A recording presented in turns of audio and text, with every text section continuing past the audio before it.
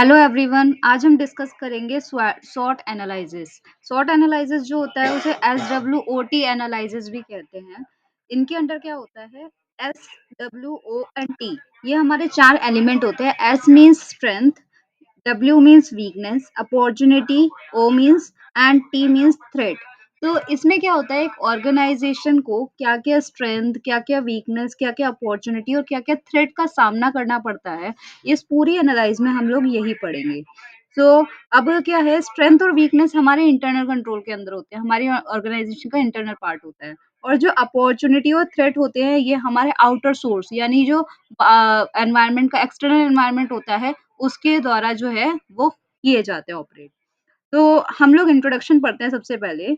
SWOT analysis क्या होता है? It's a strategic planning method used to evaluate strength, weakness, opportunity and threat involve in a business.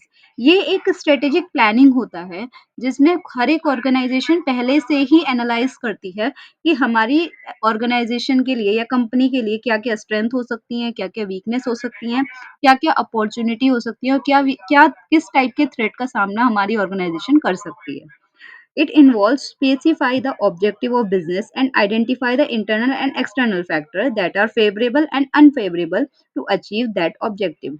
तो इसमें ये specify किया जाता है हमारी जो बिजनेस ऑर्गेनाइजेशन है उसके ऑब्जेक्टिव को, और ये भी आइडेंटिफाई किया जाता है कौन से इंटरनल फैक्टर्स हैं और कौन से एक्सटर्नल फैक्टर हैं जो कि हमारी ऑर्गेनाइजेशन के लिए फेवरेबल हैं और अनफेवरेबल हैं, जिससे कि हम लोगों को पहले से ही अंदाजा हो जाए कि इन फ्यूचर हमें क्या-क्या प्रॉब्लम्स का सामना करना पड़ सकता है और किस-किस चीज़ में हमें बेनिफिट मिल सकता है।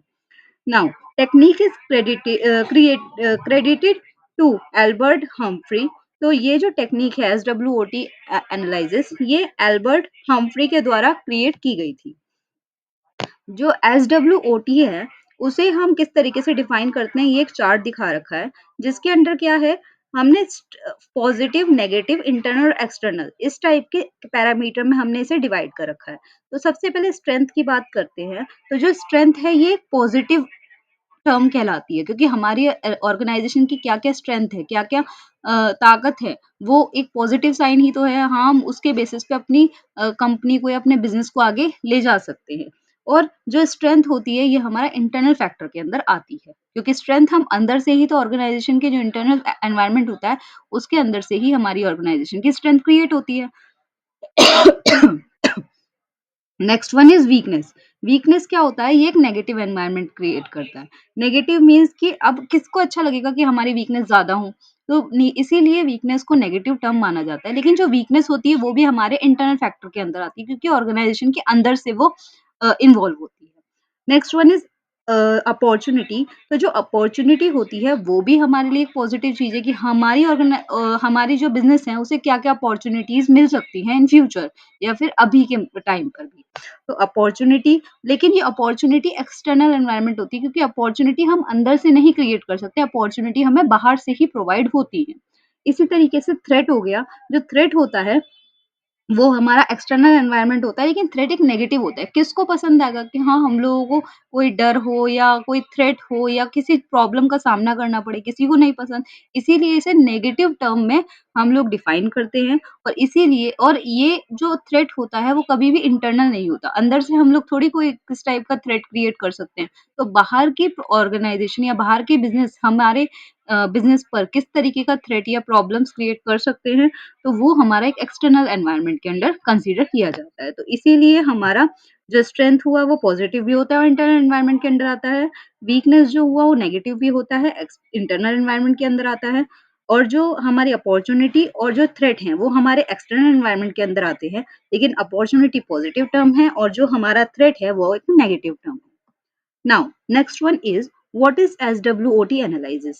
SWOT जैसे SWOT analysis भी कहते हैं, वो होता क्या है एक्चुअल में? तो it is a non financial planning tool. ये एक नॉन फाइनेंशियल प्लानिंग टूल होता है, यानी कोई इसमें हम पैसों से रिलेटेड कोई ट्रांज़ैक्शन नहीं करते। मतलब हम लोग कोई मनी का कैलकुलेट या बजटिंग वगैरह नहीं करते। इसमें प्लानिंग की जाती है लेकिन फाइनेंशियल टर्म में नहीं होती। It is like the analysis in term of advantage and disadvantage and internal and external business environment. ये हमारा एक मैट्रिक्स क्रिएट करता है जिसमें हम ये देखते हैं हमारी ऑर्गेनाइजेशन को किन-किन चीज़ों से एडवांटेज होगा, किससे डिसएडवांटेज होगा, क्या चीज़ हमारे लिए इंटरनल सोर्स से क्रिएट होती है, क्या चीज़ एक्सटर्नल सोर्स से क्रिएट होती है। Now the strength and weakness are defined by the measures such as market share, loyal customers, level of customer satisfaction and product quality. तो जो हमारी ऑर्गेनाइजेशन या बिज़नेस है, उसकी स्ट्रेंथ और वीकनेस किस तरीके से हम मेज़र कर सकते हैं कि भई हमारे मार्केट में कितने शेयर हैं, हमारे जो कस्टमर हैं वो कितने लॉयल हैं, हमारे जो कस्टमर सैटिस्फैक्शन है वो कितने ज़्यादा लेवल का है और या हमारे प्रोडक्ट की क्वालिटी कितनी अच्छी है। इस तरीके से हम स्ट्रेंथ और वीकनेस को क्रिएट कर सकते हैं। क्योंकि ये सारी चीज़ें ना हमारी ऑर्गेनाइज़ेशन के अंदर से हम क्रिएट करते हैं। क्योंकि प्रोडक्ट को अच्छा करना कोई बाहर के टर्म से हमें इन्फ्लुएंस नहीं करता। हमें अंदर से ही अपने प्रोडक्ट को जो बनाना है, उसको जो क्रिएट करना है, उसकी क्वालिटी बहुत अच्छे से करनी है। और अगर वो क्वालिटी अच्छी नहीं हुई तो वही हमारी वीकनेस बन जाएगी और बहुत अच्छी हुई तो वो हमारी स्ट्रेंथ बन जाएगी। Now opportunity are new potential area for business in the future. Opportunity क्या होता है? एक ऐसी टर्म जिसमें हमें फ्यूचर में बिजनेस में क्या-क्या अपॉर्चुनिटी यानी फायदे मिल सकते हैं। And such as new market and new condition in existing market. हम इसमें क्या-क्या देख सकते हैं अपॉर्चुनिटी में? कि किस तरीके की नई मार्केट है, क्या-क्या नई कंडीशन हम एक्जिस्टिंग मार्केट में देख सकते हैं। Thread describe how the competition, new technology or other factor in the business environment may affect the business development. तो थ्रेड से क्या पता चलता है कि किस तरीके से जो हमारे जो कंपटीशन है या फिर कोई नई टेक्नोलॉजी मार्केट में आ गई है या फिर कोई बिजनेस एनवायरनमेंट है वो हमारे बिजनेस की डेवलपमेंट को अफेक्ट कर रहा है यानी हमारी बिजनेस की ग्रोथ जो है वो कम हो रही है या हमारा बिजनेस बिल्कुल ही बेकार होता जा रहा है। तो इस तरीके की जो चीज़ें होती हैं, वो हमारी थ्रेड के अंदर आती है, जो कि हमारा इंटरनल उसमें कोई कंट्रोल नहीं होता, एक्सटर्नल फैक्टर से हमें अफ़ेक्ट करती हैं। नाउ ये हमें एक चार्ट दिया हुआ है एसडब्ल्यूओटी स्ट्रेंथ, वीकनेस, अपॉर्च्युनिटी और थ्रेट का। तो स्वॉट analysis is powerful technique for understanding your strength, weakness and looking at the opportunity and threat your face. तो ये जो स्वॉट एनालिसिस होता है इसमें हम स्ट्रेंथ देखते हैं, अपॉर्च्युनिटी देखते हैं और वीकनेस देखते हैं और जो थ्रेट है होते हैं वो हमारी और बिजनेस की हम देखते हैं। For the business to expand, diversify and sustain in the market, SWOT analysis is must. अगर हमें हमारे बिजनेस को बहुत ज़्यादा डाइवर्स करना है, यानी मार्केट में और ज़्यादा हमारे बिजनेस को हमें एक्सपेंड करना है, तो हमें इस टाइप का एनालाइज करना बहुत ज़रूरी है, क्योंकि हमें पहले से ही एनालाइज मतलब पता होना चाहिए कि हमारे बिजनेस को किस चीज़ से प्रॉब्लम हो सकती है, क्या-क्या चीज़ हमारे बिजनेस के लिए बेनिफिशियल है, जिससे कि हमें आगे उन्हीं तरीके की चीज़ों को के अकॉर्डिंग प्लानिंग करनी चाहिए। Now, matching and converting. Matching and converting क्या है? Another way of utilizing SWOT analysis, matching and converting. तो जो SWOT analysis है, उसको हम और किस तरीके से यूज़ कर सकते हैं हम मैचिंग और कन्वर्ट करने के लिए? जैसे कि matching is used to find competitive advantage by matching the strength और अपॉर्च्युनिटी। मैचिंग में हम क्या कर सकते हैं कि हम अपने तरीके की जो कॉम्पिटिटिव हमारे जो कॉम्पिटिटर्स हैं, उनको देख सकते हैं और हम ये देख सकते हैं कि वो लोग क्या कर रहे हैं और उसके अकॉर्डिंग अगर वो कुछ अच्छा कर रहे हैं तो हमें भी अपनी ऑर्गेनाइजेशन में वो पॉजिटिव चेंज लाना चाहिए जिससे हमारी ऑर्गेनाइजेशन की स्ट्रेंथ जो है वो और ज़्यादा अच्छी हो और जो अपॉर्चुनिटी है वो और ज़्यादा क्रिएट हो सके। Converting is apply conversion strategy to convert weakness और थ्रेट इनटू स्ट्रेंथ और अपॉर्चुनिटी। और कन्वर्जन में क्या है अगर हमें ऐसा लग रहा है कि जो दूसरी ऑर्गेनाइजेशन है उन्होंने कोई ऐसी चीज प्लानिंग की है जिससे वो प्लानिंग उनकी सक्सेसफुल नहीं हुई और हम भी सोच रहे हैं कि वो प्लानिंग हम फ्यूचर में करें, तो हम ये क्या कर सकते हैं कि उस ऑर्गेनाइजेशन की आइडिया लेकर हम वो प्लानिंग अपने में ना करें जिससे कि हम वो जो थ्रेट है या आने वाला कोई भी वीकनेस है उससे हम बच जाएँगे। तो कन्वर्टिंग में क्या होता है हम एक कन्वर्जन स्ट्रेटजी को फॉलो करते हैं थ्री वीकनेस और थ्रेट से बचने के लिए और हम उस वीकनेस और थ्रेट को अपनी स्ट्रेंथ और अपॉर्च्युनिटी में कन्वर्ट कर सकते हैं। An example of conversion strategy is find new market. Conversion strategy में क्या होता है हम एक नई मार्केट को फाइंड कर सकते हैं। हो सकता है हमारा प्रोडक्ट मार्केट में इतना ज़्यादा जो एग्जिस्टिंग मार्केट है उसमें इतना ज़्यादा नहीं बिक रहा हो या फिर हमने most of the market reach out कर लिया हो तो नए कस्टमर हमारे पास इतने ज़्यादा ना हो। तो हम क्या कर सकते हैं एक स्विच करके या कन्वर्ट करके हम न्यू मार्केट में एंट्री ले सकते हैं।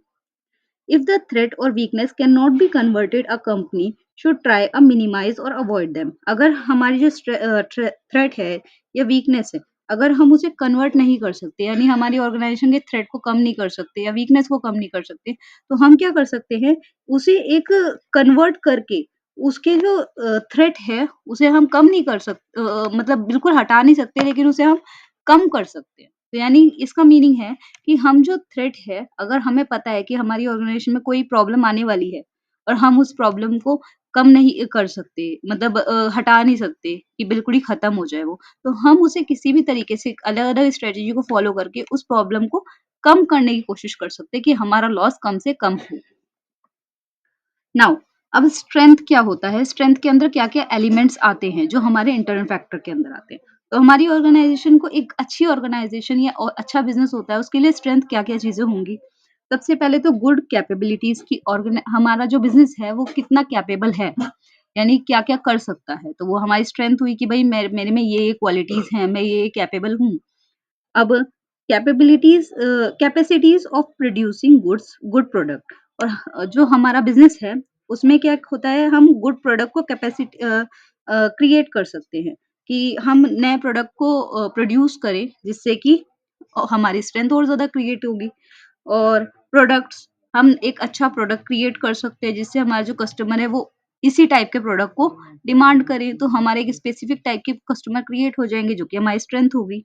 या फिर टेक्नोलॉजी, हम कोई अच्छी टेक्नोलॉजी या नई और एडवांस टेक्नोलॉजी को फॉलो कर सकते हैं, जो कि हमारी स्ट्रेंथ बन जाएगी। Next one is are-and-D, research and development, हम एफर्ट ला सकते हैं कि हम टाइम-टाइम पे रिसर्च करते रहें और अपनी बिज़नेस में टाइम टू टाइम एक पॉजिटिव चेंज ला सकें, जिससे हमारी और जो बिज़नेस है, उसकी स्ट्रेंथ और ज़्यादा बढ़े। नाउ ह्यूमन रिसोर्स, हम अपने जो ह्यूमन रिसोर्स हैं, उनको बहुत अच्छे से यूटिलाइज़ करें और ट्रेन करें, जिससे कि हमारा जो प्रोडक्ट है या हमारा जो बिज़नेस है, उसमें ट्रेन्ड और कैपेबल ह्यूमन्स जो हैं, वो वर्क कर सकें, एफिशिएंट वर्क हो हमारा। तो ये भी हमारी एक स्ट्रेंथ में काउंट होगा। Now demand for the client from जो हमारे जो क्लाइंट जो डिमांड कर रहे हैं, हम उस डिमांड को फुलफिल कर सकें और क्लाइंट जो है वो मैक्सिमम सैटिस्फाइड हो, वो भी हमारी एक स्ट्रेंथ है। अमाउंट ऑफ नॉलेज, हमें जितनी नॉलेज है, हम उससे ज़्यादा नॉलेज या क्रिएट करने की कोशिश करें और हम ये कोशिश करें कि हम और ज़्यादा नॉलेजेबल पर्सन जो है अपनी ऑर्गेनाइज़ेशन में लाएँ। या फिर टेक्निकल स्किल, हम नई तरह की स्किल्स को अपनी ऑर्गेनाइज़ेशन में वर्क करें, जिससे कि हमारी ऑर्गेनाइज़ेशन की स्ट्रेंथ और ज़्यादा हो। Now next one is weakness. Weakness क्या-क्या हो सकती है हमारे किसी बिज़नेस में? तो वीकनेस क्या हो सकती है? प्रोडक्ट मास बिकम ऑब्सोलीट, जो हमारा प्रोडक्ट है, वो जो इतना सारा प्रोडक्ट हमने क्रिएट किया हुआ है, वो आउटडेटेड हो गया। मतलब मार्केट में अब उस टाइप का प्रोडक्ट कोई लेना पसंद नहीं करता, या फिर उससे एडवांस टेक्नोलॉजी मार्केट में आ चुकी है। तो ये हमारी वीकनेस हुई। Next one is technology has become obsolete, कि जो हमारी टेक्नोलॉजी है वो बहुत आउटडेटेड हो गई है। जो कि मैंने अभी बताया कि अब मार्केट में उस टाइप की टेक्नोलॉजी को कोई यूज़ नहीं कर रहा है। जैसे कि कीपैड फ़ोन, बहुत ज़्यादा लोग प्रेफ़र नहीं करते, अब आजकल स्मार्टफ़ोन लोग ज़्यादा यूज़ करते हैं। तो जो उस टाइप के स्टॉक अगर किसी के पास बहुत ज़्यादा होंगे कीपैड टाइप के, तो उनको निकालने में या उनको बेचने में उन्हें बहुत प्रॉब्लम होती होगी। क्यों? तो यही एक बिज़नेस की वीकनेस में कन्वर्ट हो जाता है। Next one is key management power may not be there. तो जो की मैनेजमेंट पावर है, यानी जो मेन मैनेजमेंट है, वो ना हो, यानी वो इफ़ेक्टिवली वर्क ना कर रही हो या फिर वो प्रेज़ेंट ना हो, तो वो भी किसी बिज़नेस के वीकनेस में काउंट होता है। Key man power may not be there, और जो मैन जितने नीडेड हैं या फिर जो इस टाइप के मैन की ज़रूरत है, उस काम को करने के लिए, वो वहाँ पे अवेलेबल ना हो, तो वो भी वीकनेस में क्रिएट होता है। The point is not that the company is having weakness and that the company should close down. इसका पॉइंट ये नहीं है, इसका मतलब ये नहीं कि एक अगर कंपनी है या बिज़नेस है, उसकी इतनी सारी वीकनेस है, तो उसकी इतनी सारी वीकनेस है तो उसे बंद हो जाना चाहिए। इसका मेन मोटिव बिल्कुल भी ये नहीं है।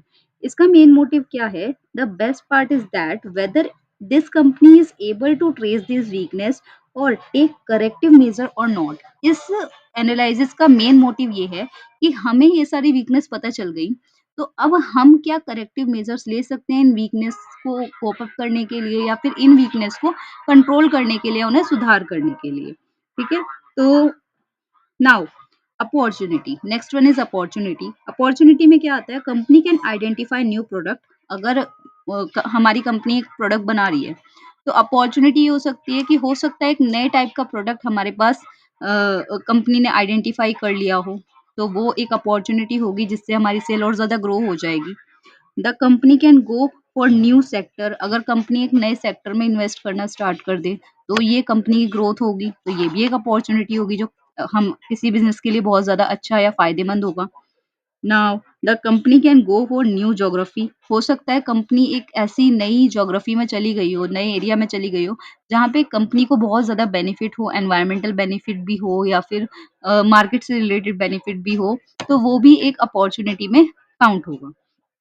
Company can take the advantage of the changing lifestyle, हो सकता है कंपनी जो है वो चेंजिंग लाइफस्टाइल का एडवांटेज उठा रही हो, ये हो उसे कंपनी ने पहले से ही एनालाइज कर लिया हो कि हाँ, जो कस्टमर हैं उनका लाइफस्टाइल चेंज होता जा रहा है, वो इस टाइप की चीज़ों को ज़्यादा फोकस नहीं कर रहे। जैसे ज़ोमैटो है, ज़ोमैटो में लोगों को जो ज़ोमैटो है उन्होंने किस चीज़ का फ़ायदा उठाया है कि हाँ, लोगों को बाहर से फूड मंगाने का बहुत ज़्यादा शौक है और लोग बाहर जाना भी नहीं चाहते। तो क्या हुआ, उन्होंने होम डिलीवरी अवेलेबल करवा दी, हो ज़ोमैटो हुए, स्विगी हुए। तो ये एक टाइप की अपॉर्च्युनिटी है जो उस बिज़नेस ने देखी और उसमें उन्होंने अपना जो प्रॉफिट है मार्जिन इंक्रीज़ किया। Now new company, the company can go and extend their market, तो कंपनी ये भी कर सकती है अपॉर्च्युनिटी कि वो दूसरी कंपनी के साथ टाई अप कर ले या फिर दूसरी कंपनी के साथ मर्ज हो जाए।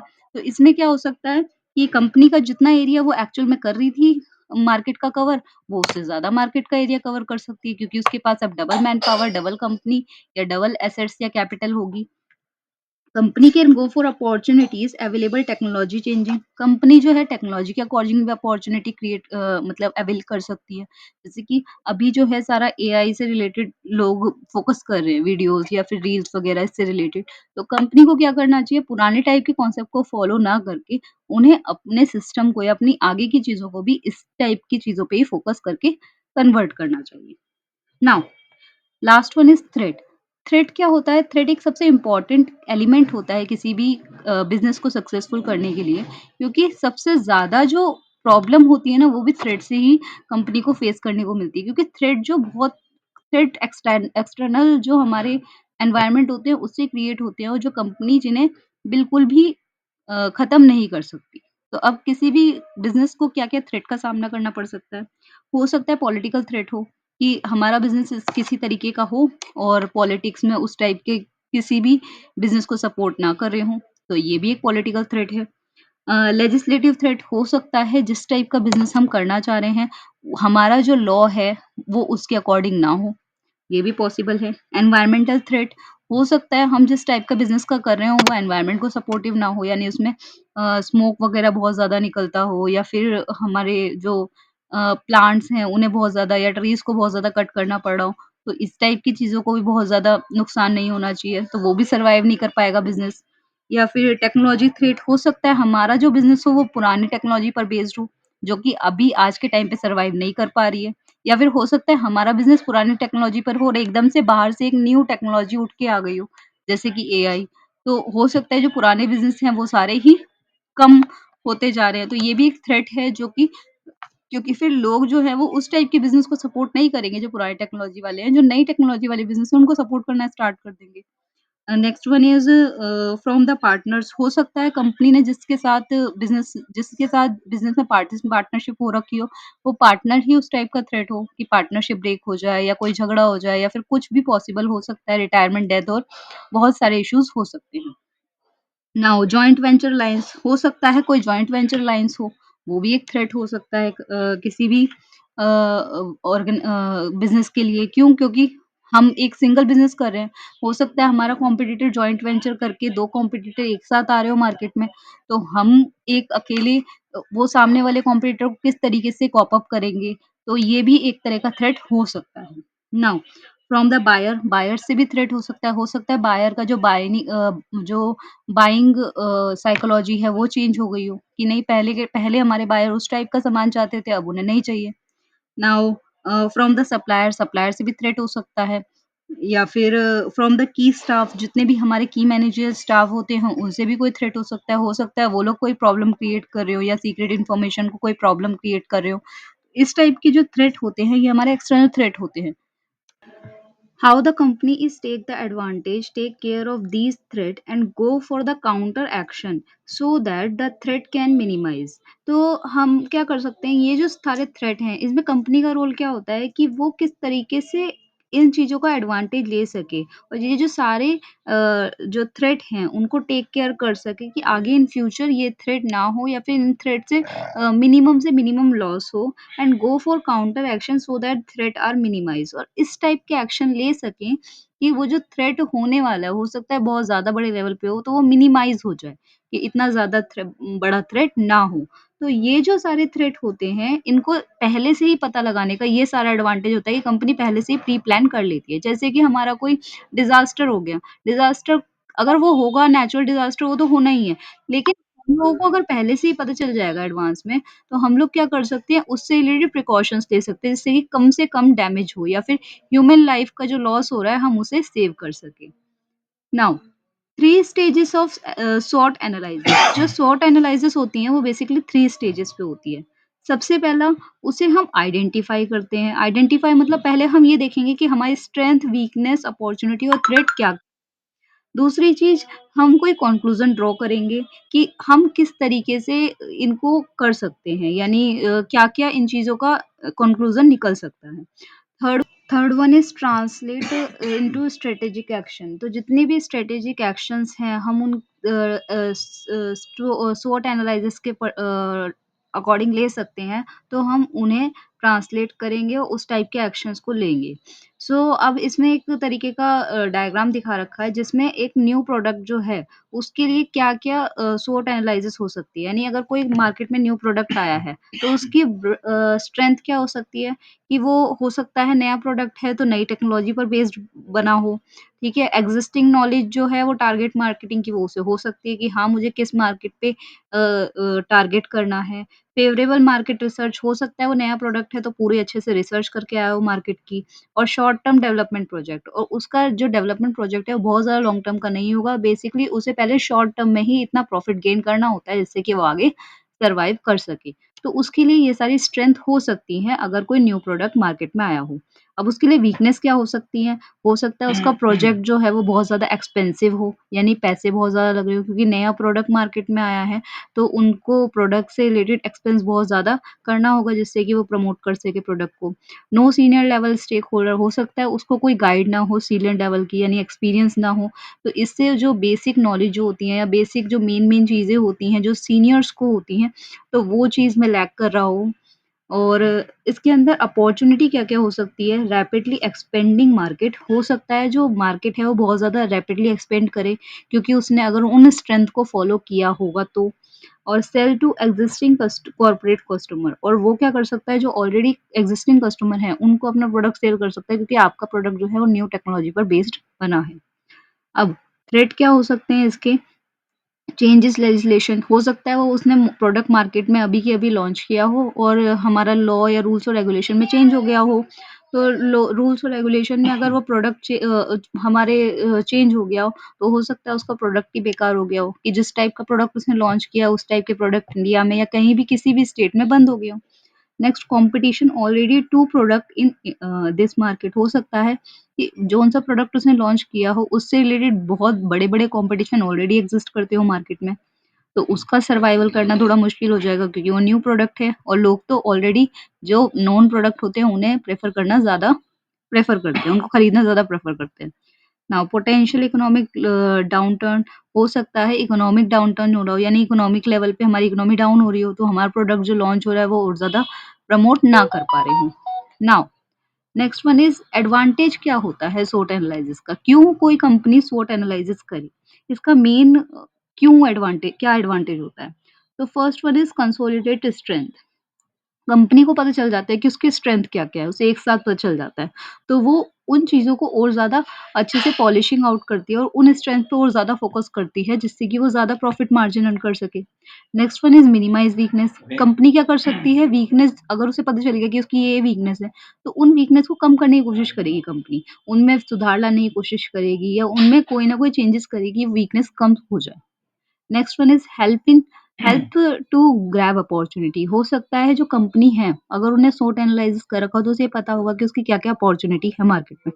तो वो उन अपॉर्च्युनिटी को लेने की कोशिश करेगी, जिससे कि वो मार्केट में अपना प्रॉफिट शेयर और ज़्यादा मैक्सिमाइज़ कर सके।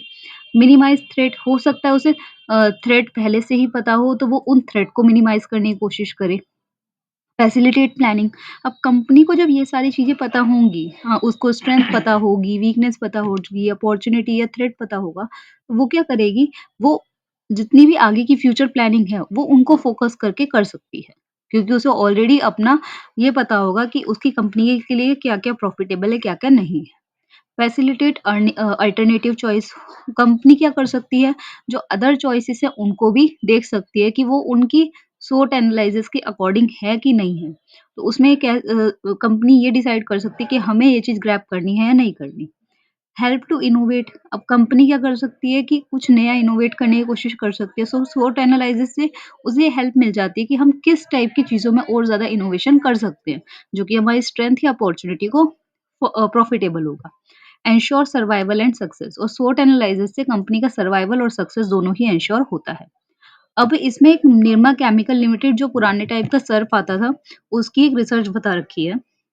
Nirma was a basic detergent with no color design or sophistication on the back of product. Nirma एक ऐसा डिटर्जेंट है जिसका ना तो कोई कलर बहुत ज़्यादा है, ना ही कोई डिज़ाइन, इसमें कोई डिज़ाइन भी इतना सोफिस्टिकेट नहीं है या फिर पैक ऑफ प्रोडक्ट, ठीक है? Was price were around 35% of Surf. और जो उसका जो निरमा का प्राइस है, वो सर्व का 35% दे रखा है। Price of medium price, medium quality and distribution, reach and effective use of media. उसका जो प्राइस है, उसकी जो क्वालिटी है मीडियम है, मतलब बहुत ज़्यादा अच्छी नहीं, बहुत ज़्यादा बेकार नहीं, मीडियम है। जो हमारे जो एवरेज कस्टमर हैं इंडिया के, मोस्ट ऑफ द पर्सन वो उसे कंज़्यूम कर सकते हैं। और जो डिस्ट्रीब्यूशन रीच है, और उसने बहुत ही इफेक्टिव मीडिया का यूज़ किया। Market share grow from 0% 1976 to about 60% in 1987। और निरमा का जो 10 टू 11 ईयर में जो मार्केट शेयर है, वो 0% से 60% तक का सिर्फ 10 इयर्स के अंदर-अंदर ग्रो हो गया। तो निरमा ने इस टाइप की स्ट्रैटेजी फॉलो की। It has become the largest selling brand and the success of Nirma due to the affordable pricing. तो ये एक सबसे बड़ा सेलिंग ब्रांड बन गया था उस टाइम का, क्योंकि उसकी अफोर्डेबल प्राइसिंग से रिलेटेड के लिए, क्योंकि उसने प्राइसिंग ऐसी रखी थी कि जो इंडिया के जो मोस्ट ऑफ द हाउसहोल्ड्स हैं, वो उस सर्व को रीच कर सकते थे। The title Nirma Girl Going Around and Round on Her Feet make the strong impact on the brand। और जो उसमें जो निरमा गर्ल का टाइटल उन्होंने दिया था, वो जो था उस ब्रांड को स्ट्रॉन्ग इम्पैक्ट पहुँचा रहा था। नाउ निरमा सर्फ के अगर हम स्वॉट एनालिसिस करें, तो इनमें क्या बोला जाता है कि निरमा की स्ट्रेंथ क्या होगी, कि निरमा की जो ब्रांड इक्विटी है वो बहुत ज़्यादा स्ट्रॉन्ग है, ठीक है? निरमा का जो 17 बिलियन अम्ब्रेला ब्रांड है, वो कस्टमर को बहुत ज़्यादा मल्टीपल प्राइसिंग पॉइंट्स बताता है, डिटर्जेंट भी है, उनके सोप्स भी हैं, पर्सनल केयर मार्केट में उसने ये लॉन्च किया हुए हैं। मार्केट लीडरशिप जो है डिटर्जेंट और फैब्रिक वॉश की है। इसके अलावा जो सेकंड लार्जेस्ट प्लेयर है टॉयलेट सोप्स वगैरह का, वो भी निरमा ही है। तो निरमा जो है वो वाइडेस्ट डिस्ट्रीब्यूशन नेटवर्क है, उसका डिस्ट्रीब्यूशन नेटवर्क बहुत बड़ा है। और निरमा की जो रूरल मार्केट में है, वो भी बहुत ज़्यादा स्ट्रेंथ उसने पकड़ी हुई है। तो इसीलिए निरमा की स्ट्रेंथ तो ये सारी हो गई। अब निरमा में वीक पॉइंट क्या पाया गया, उसने जब SWOT एनालिसिस किया, तो वीकनेस क्या थी उसमें, हाई इंटरेस्ट बर्डन, उसमें इंटरेस्ट बर्डन बहुत ज़्यादा था। Less presence in premium segment में इन लोगों ने बहुत ही कम इन्वॉल्वमेंट दिया था, यानी जो प्रीमियम कस्टमर है उनका इतना ज़्यादा नहीं था। लैक ग्लोबल टाई अप, जो ग्लोबल टाई अप है निरमा ने वो सब नहीं किए थे, क्योंकि वो नेशनल लेवल पे ही बहुत ज़्यादा मार्केट को ग्रैब करने में लगा हुआ था। And thus find hard to tap export market. तो इसीलिए निरमा इतना ज़्यादा एक्सपोर्ट मार्केट में नहीं कर पाया, यानी फॉरेन मार्केट में नहीं एक्सपोर्ट कर पाया। अपॉर्च्युनिटीज़ क्या-क्या है निरमा की? सबसे पहले तो एक्सपोर्ट कर सकते थे, तो ये इनकी अपॉर्च्युनिटी हो सकती है। Next one is acquisition of strengthening it's distribution tie up. वो क्या कर सकते हैं, अपने डिस्ट्रीब्यूशन और टाई अप में और ज़्यादा स्ट्रेंथन कर सकते हैं। फिर entry into other category like shampoo, toothpaste and fabric whiteners. तो निरमा की और अपॉर्च्युनिटी क्या हो सकती है, वो शैम्पूज़ में भी आ सकता था, टूथपेस्ट में भी, ये जो फैब्रिक व्हाइटनर्स वगैरह थे उनको भी लॉन्च कर सकता था। अब थ्रेट क्या-क्या हो गए, सबसे पहले तो MNCs are approaching Indian market. जो इंडियन मार्केट में एमएनसीज़ आ रही थी, जिस वजह से जो निरमा की जो मार्केट थी, वो उनके लिए एक थ्रेट हो गया था कि जो वो बाहर की जो मार्केट है एमएनसीज़ वगैरह, वो बहुत ज़्यादा इंडियन मार्केट या इंडियन कंपनीज़ को ओवरपावर कर देती है। Next, emergence of small and strong regional players. तो जो छोटे-छोटे रीजनल प्लेयर्स थे वो भी धीरे-धीरे इमर्ज होते जा रहे थे, वो भी एक थ्रेट था यानी कॉम्पिटिशन बढ़ता जा रहा था। Brand name product have greater influence over it. उनका जो ब्रांड नेम और प्रोडक्ट था, उन पर निरमा का बहुत ज़्यादा इन्फ्लुएंस पड़ रहा था, क्योंकि बहुत सारी जो अदर कंपनियाँ थी, वो अपने बड़े-बड़े ब्रांड लॉन्च कर रही थी। अब Nirma has been able to niche for itself in the face to intense MNC competition. और निरमा को एक टाइम पे बहुत बड़ा जो अदर एमएनसीज़ कॉम्पिटिशन है वो फेस करने को मिल रहा था। तो ये एज़ द स्वॉट एनालिसिस कहीं न कहीं निरमा का हम कह सकते हैं।